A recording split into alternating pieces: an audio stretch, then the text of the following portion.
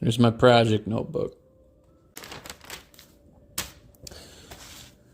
Listed out the stock I have available to make it with, and then my cut list. Then I plug it in to this deal, cut list optimizer, and then it'll do all the math for me to figure out which arrangement will be the best, most efficient use of the material. So hit calculate. It's running through a bunch of options here.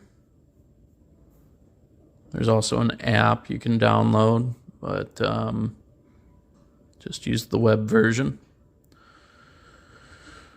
And it'll give me a printable cut list, or I can just keep it on as a PDF.